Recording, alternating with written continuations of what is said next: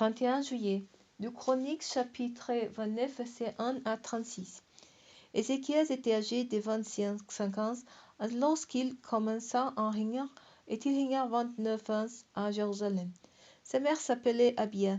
Elle était fille de Zacharie. Il fit ce que l'Éternel considère comme juste, en toute bonne comme l'avait fait son ancêtre David. Au premier mois de la première année de son règne, il rouvrit les portes du temple de l'Éternel et les fit remettre en état. Il convoqua les prêtres et les lévites et les Léonites sur les places orientales. Il leur dit: Écoutez-moi, Lévites. Maintenant, rendez-vous rituellement pour purifier le temple de l'Éternel, les dieux de vos ancêtres. Faites disparaître du sanctuaire tout ce qui les suit, car nos pères ont été infidèles. Ils ont fait ce que l'Éternel notre Dieu considère comme mal. Ils ont abandonné. Ils ont délaissé la demeure de l'Éternel et lui ont tourné le dos. Ils ont même fermé les portes du portique. Ils ont éteint les lampes. Ils ont cessé d'offrir au Dieu d'Israël les parfums et les holocaustes dans le sanctuaire. Aussi, l'Éternel s'est mis en colère contre Juda et Jérusalem.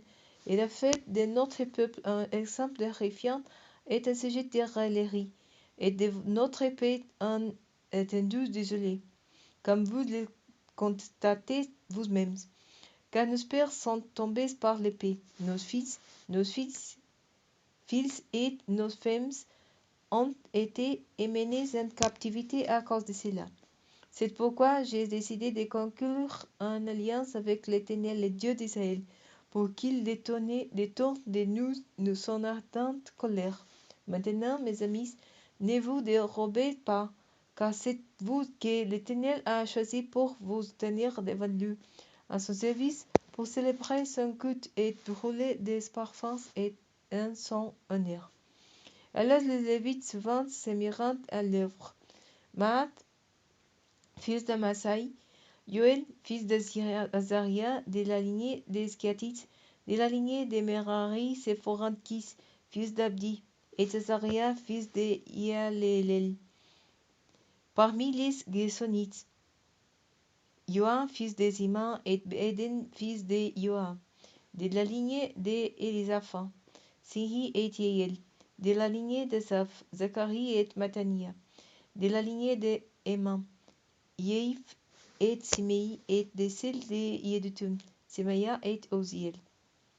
Ils assembleront les membres des familles respectives et après s'être rendus rituellement purs, ils allèrent entreprendre la purification du temple de l'Éternel, comme le roi leur avait ordonné et conformément aux paroles de l'Éternel. Les prêtres entreront à l'intérieur du temple de l'Éternel pour le purifier. Ils jetteront dans la cœur tous les objets simples qu'ils y trouveront. Les Lévites les ramasseront pour les emporter dehors dans la vallée du Cédron. Ils commenceront cette purification les premiers jours du premier mois et les 8e jours du mois. Ils en arriveront au portique du temple. Ils mirent 8 jours à purifier le temple de l'Éternel. Les 16e jour du premier mois, les travaux étaient terminés.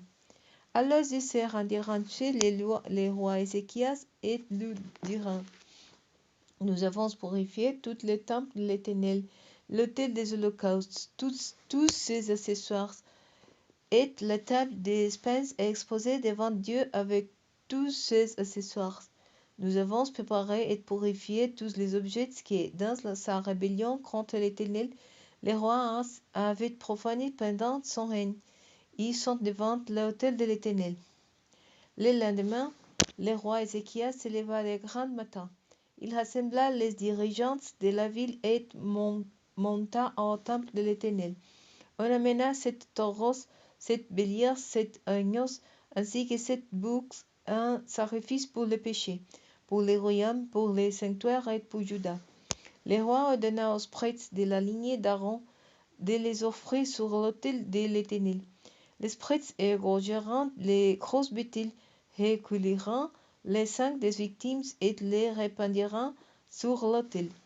Ils égorgeront de même les béliers et en répandront le sang sur l'autel. Ils égorgeront les agneaux et en répandront le sang sur l'autel. Ensuite on fit approcher les boucs destinés au sacrifice pour le péché devant les rois et devant l'assemblée.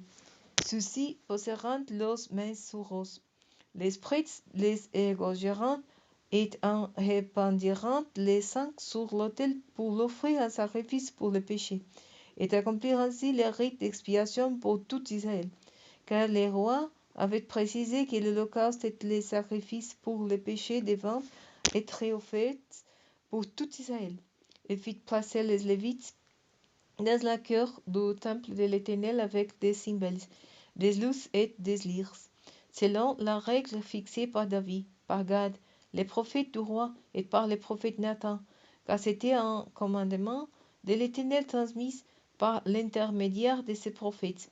Les Lévites prirent place avec les instruments de musique de David, et les prêtres tenant à la main les trompettes.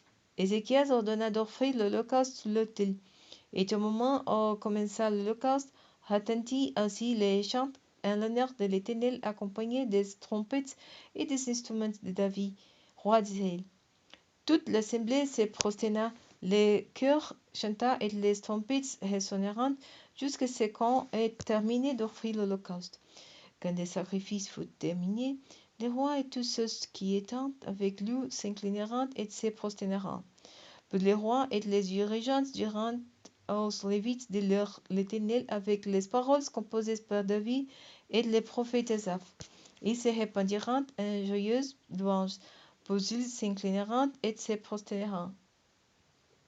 Alors Ézéchias reprit la parole et dit: Maintenant que vous avez été reconsacrés à l'Éternel, approchez-vous, amenez les victimes des sacrifices et les offrandes de reconnaissance au temple de l'Éternel.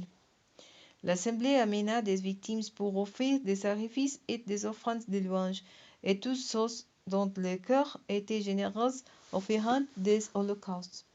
L'assemblée offrit ainsi un holocauste à l'Éternel 70 taureaux et bœufs, 100 béliers et 200 agneaux. On consacra un autre 600 bovins et 3000 moutons.